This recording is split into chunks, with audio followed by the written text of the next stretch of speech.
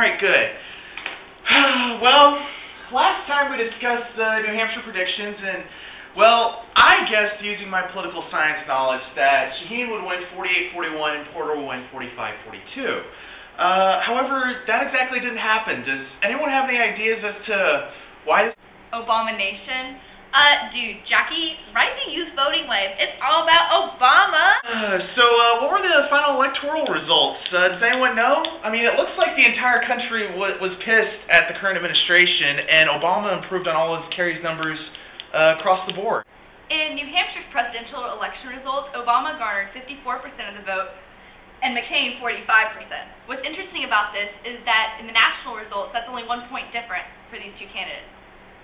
Well, forgive me, class, we're talking about Article 1, but let's go ahead and talk about the House and the Senate races. It looks like we underestimated the Democratic wave in the election cycle this year. In the Senate, Shaheen won 52-45, and in the House, Porter won 52-46. Our initial analysis underestimated the national love for Obama. We didn't factor in the extent of Obama's popularity in New Hampshire with the independents, the youth, as well as more moderate Republicans.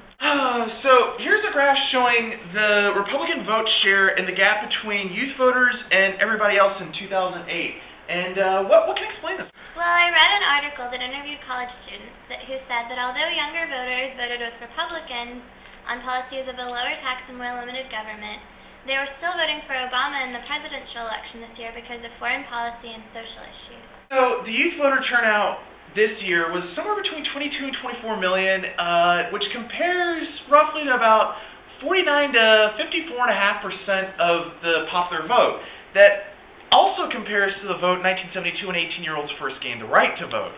Now, a study was done by Tom Mann. If you remember who he is, he's that guy in that C-SPAN video I tried to show you.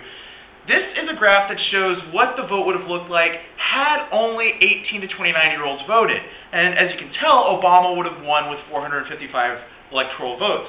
Kerry, on the other hand, still would have won, but only would have gotten 378 electoral votes. Don't you mean he would have 375 votes? So, what kind of impact did the issues have in this election? It seems to me that Senator John Sununu conceded at the beginning of his race.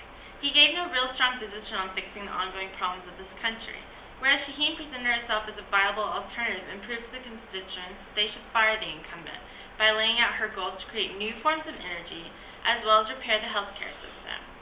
In the House, Bradley could not do what Shaheen excelled at.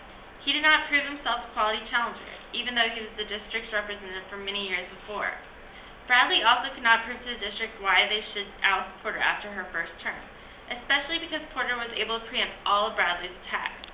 Needless to say, we underestimated the influence of these decisive factors. So, last class we talked about straight ticket voting, and how did this impact the election? Well, when we made our predictions, we incorrectly thought that straight ticket voting would not play a larger role in New Hampshire than it would in other states. This is because the Democratic governor and the legislature there had just recently passed legislation to end the straight ticket voting option on all ballots, which took effect during the presidential election. It seems that no matter how smart or how much education New Hampshire voters had, they could not quite master the straight ticket voting option. Many believe that this legislation would help local Republicans during an election where their party is incredibly disliked. However, it is apparent that New Hampshire's voters chose the Democratic Party and stuck with it all the way down the ballot this election. If you can see from the chart, Obama, Shaheen, and Porter all garnered around the same percentage of the vote. Alright, so class, let's not feel completely down about ourselves. I mean, what did my political scientists get right? On the bright side, I feel like we did a couple things right. We knew the unpopularity of the Bush administration would factor in this election cycle, as well as the current economic crisis. We also correctly know the impact of finances, general polling popularity of each of the candidates, as well as the advantage women enjoy when running for office.